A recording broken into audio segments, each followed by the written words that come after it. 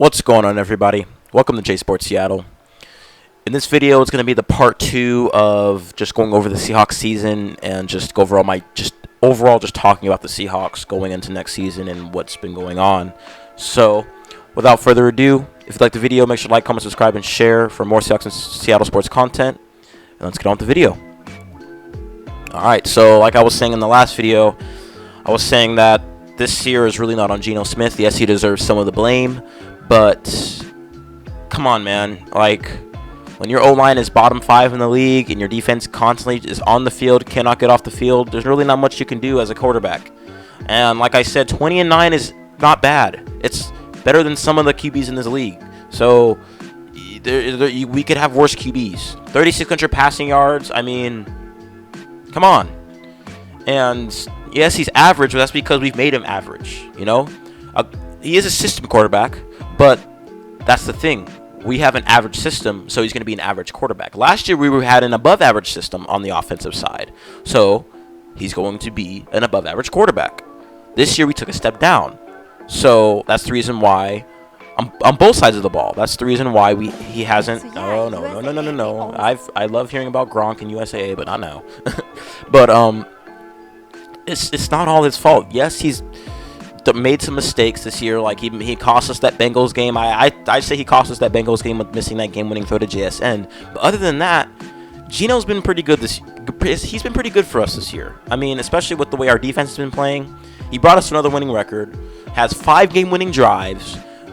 I mean, for any of you Geno haters out there, guys or people that think that we should not have Geno, Geno's our best chance, or our best quarterback right now. Is like our best chance of winning games right now. You're not going to find a better quarterback than Geno right now on the market. Unless you want to go pick up Russell Wilson again and give him another $50 million contract, sure, because he's about to get cut by the Broncos. But no, there's a reason why we traded him. So Geno's not he's cost us some game. Like he's cost us a game or two this season, but he's not the main issue. It's Pete Carroll, like I've said. I'm going off the offensive line rankings. This is based off Player Profiler. This literally came out just yesterday. They're ranking like tiers of the O-line.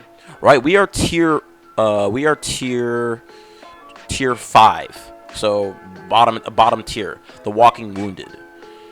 We've struggled because not only have we not done well, but it's because we've also been hurt. Injuries have derailed our offensive line this season, and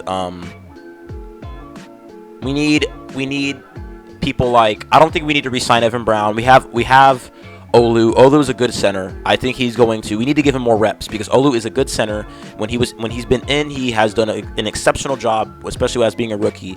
We do not need to re-sign Evan Brown unless we re-sign him as a guard. Anthony Bradford needs to start. We need to get rid of Phil Haynes because Anthony Bradford has been good for us this season too as a rookie. Charles Cross has had a good season. He had like a 72 PFF grade on the year, which is pretty good. Abraham Lucas kind of has been the same as last year, but then again he's been hurt. He's missed a lot of the year because of that knee injury that he had. 71.1, 56.8, which is subpar. Interior line has been pretty good, but 12 sacks and 86 pressures is kind of a lot. So I do think that Bradford should be our starting right guard next year. I think that we should re-sign Evan Brown as guard depth, and maybe guard, for sure guard depth. And it's just, our offensive line is I like how it was just tier 6, the Arizona Cardinals. Our O-line needs to improve because Geno has been under pressure a lot this year. It's been less than last year, but it's still not good enough for him because he's constantly got to scramble and he's thrown picks and he's thrown near picks because of our O-line not giving him enough time in the pocket. And it's not just giving Geno enough time in the pocket. Our run blocking has been pretty bad this year. If you noticed, K9 has been carrying the O-line by being shifty as hell and being really, really shifty. When there were no holes open, K9 would use his speed and athleticism to reverse field and go the other way because there were no holes open in the line because the O-line didn't do well, didn't do a good job. And that could be scheming, but it's also been injuries. Like I said, when you don't have the time to build the continuity and the chemistry between these guys, it's gonna be different week in and week out. So we need to do better next year. Hopefully we can stay healthy next year, because it is very important to keep our quarterback upright and give our running backs room to run. So, and that, and if we need to sign more people, more offensive linemen that are better than who we have now, then so be it. If you still want to compete under Pete Carroll, since he's still going to be our head coach next year. And that brings me in to the salary cap. Now, entering the 2024 season, as of right now, we are 21st in the league at $14 million. And that's probably going to change as things go, especially since Devin Witherspoon made the Pro Bowl. That does change things a bit in his rookie season. So our cap space isn't going to be looking too hot heading into the next season. And according to here, we have a projected $3 million in salary cap heading into the offseason, which that's not good at all. And we're going to need. I think there are some players we need to move off from. I think we need to cut Jamal Adams, even though he's not going to go. I do think we need to move on from Quandre Diggs, because those two are really eating up our cap space, especially Jamal Adams. Jamal Adams is the big one. Draymond Jones was a reach. Draymond Jones was a reach. Like, I thought, he was going to be better than he was last year when he was on the Broncos. No, he really hasn't really done much this year in terms of run blocking or run stopping and getting to the quarterback. So that was he's eating our salary cap. We signed him to a 3-year, $50+ million deal with like $30 million guaranteed. So. And that's Pete Carroll and John Schneider, mainly Pete Carroll, since he's the one that picks these guys out. But yeah, our salary cap situation is not looking good for next season, and that's not cool. That is not cool at all. That's because we're paying people, we're reaching people. We paid Jamal Adams, and then we paid Quandre Diggs. There's not much we can do there. And then we got Devin Witherspoon under contract. DK's still under contract. I think DK's entering a contract year, so. And if we don't want to give him money, he's going to walk next season. It's not looking too good heading into the season. And it's just we have so much work we have to do this offseason. We really need to. I think in terms of defense, we need to go back to the 4-3 scheme. We've still been running that 3-4, and it just hasn't been working out. This is the second straight year where we've run a 3-4, and we've allowed 24 points a game and been bottom 10 scoring defense. We need to go back to the 4-3. That is what's been working before. We need to continue doing a 4-3 or a 4-3 hybrid like Pete Carroll's been doing, because it's not been working out. But like I said, Pete Carroll, he's stubborn, and he doesn't want to change his ways, because that's just how it is. He's not willing to adapt. So we definitely need to do something about that. Our average age, let me see here. Our average age has gone up because we traded for people we got Leonard Williams. So we have to worry about him and wondering if we're going to re-sign him or not. If we re-sign him, we're going to be in kind of we're not going to be in a good spot, because especially if we give him a big contract. Because our average age entering the season was we were the 5th youngest team in the league, and then we got Jason Peters, and then we traded for Leonard Williams, and now we're average. So obviously, Jason Peters is probably not going to be on the team next year, because he's 41 years old. So he's not going to be in the league much longer. So when he's not on the team, it's gonna bump it up a little bit, bump it down a little bit. But and same with Bobby. We brought back with Bobby, and he's 33 and is still one of the best linebackers in the league. Obviously, he's not as good as Fred Warner, but he's still one of the best middle linebackers in the league. I mean, he made the Pro Bowl this year, and he's probably going to make another All-Pro. But speaking of Leonard Williams, we could let him walk, and if we let him walk, we do get a compensatory 3rd round pick. So that means that means if we let him walk, we would have 3 thirds entering this year's draft, which we could use 2 of those to trade up to the 2nd round, and effectively we didn't lose a 2nd round pick. We would have 1, 2, 3, 4, 5, 6, 7. But we shouldn't have put ourselves in that position to do that. We need those. I don't think, honestly, looking back on that, it's too soon to tell. But so far, the trade might be going into the Giants' favor, just because we didn't make the playoffs and they get a second-round pick, which is very useful. So entering that, we got a lot to do in this offseason. This offseason has not been it's not going to be, I don't know how we're going to do this offseason, but considering that last offseason we made moves and it didn't really do much to improve our team, I'm not really expecting much into this offseason. And if we do make moves, I'm expecting they're not going to do as much.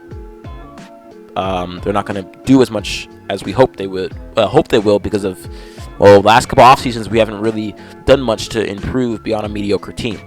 So we got a lot of work to do on both sides of the ball. Got to improve on the O-line. Got to improve on the D-line. Got to improve in this just overall defense. We got to improve overall offense and defense. I don't know what needs to be done. I don't think Shane Waldron needs to go. I just think that Pete Carroll needs to stop. I just think Pete Carroll needs to stop controlling Shane Waldron. Let Shane Waldron do what he wants to do, because I know Shane Waldron is doing what Pete Carroll wants him to do, not what he wants to do.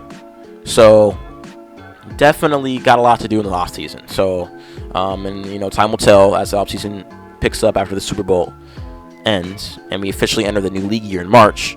But we got a lot of work to do. So in the draft, I do want us to get a quarterback. I don't want us to trade up. We have the 16th pick in the draft, 16th overall pick.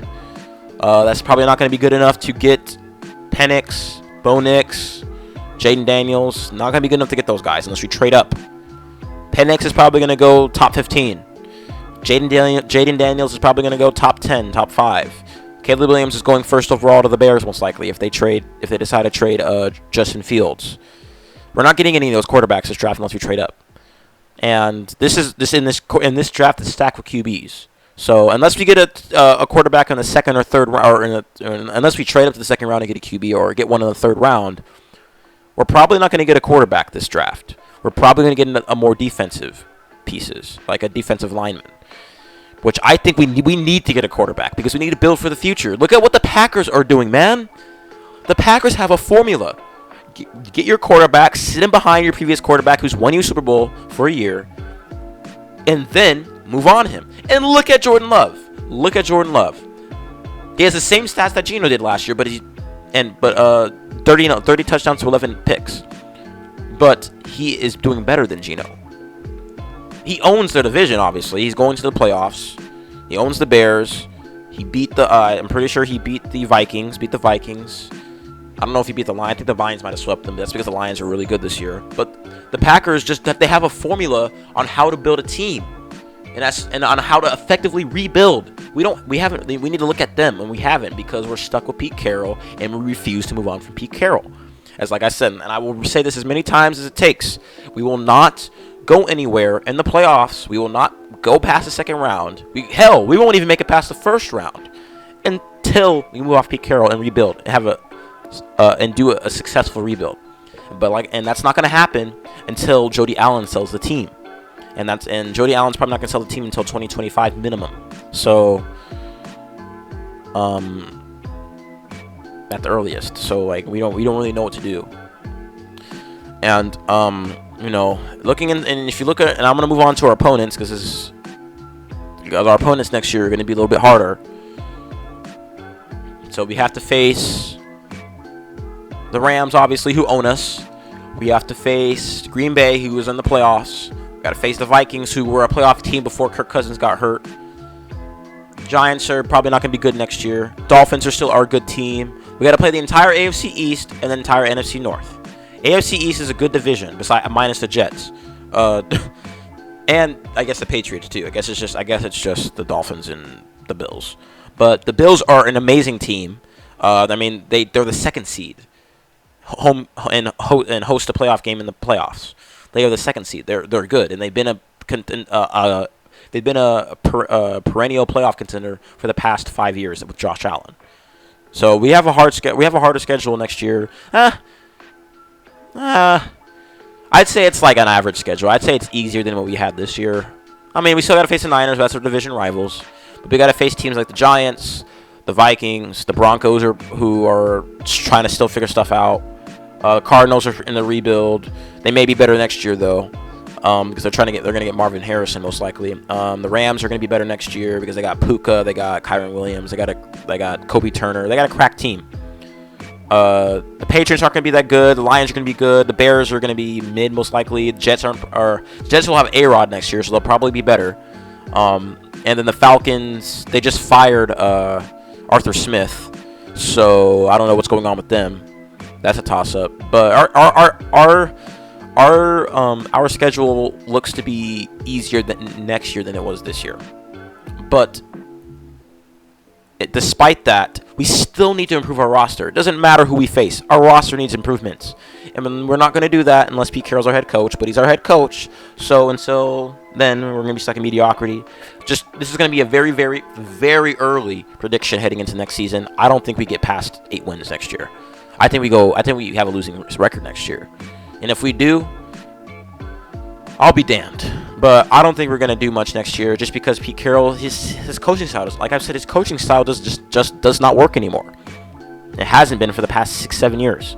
We need an offensive head coach, but we won't move on to any. We won't be able to shop for any head coach until we move off Pete Carroll. So these guys, these are our opponents next year. Obviously, we won't know the full schedule until May-ish. So, but this is who we face. These are our opponents. And it just sucks. It just sucks. We all had high expectations entering this season. We all wanted to go to the playoffs, go make a deep playoff run, be better than what we were last year. But we're just same. We're the exact same. We're a mediocre team, and we will forever be until Pete Carroll's gone. And that's just how it is. And but it doesn't matter though. I'm forever going to rock for my team, forever be a 12. That's just how it is. I will still walk around prideful to be a 12, walk around with my jersey, walk around my K9 jersey, and still be proud that I am a Seahawks fan. I mean, I got to witness this team win a championship when I was 8.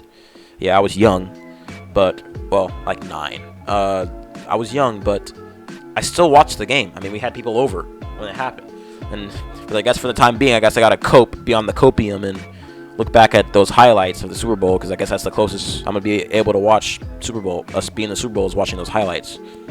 So, but I will forever be a 12. Will never waver my support for them, even through the dark times.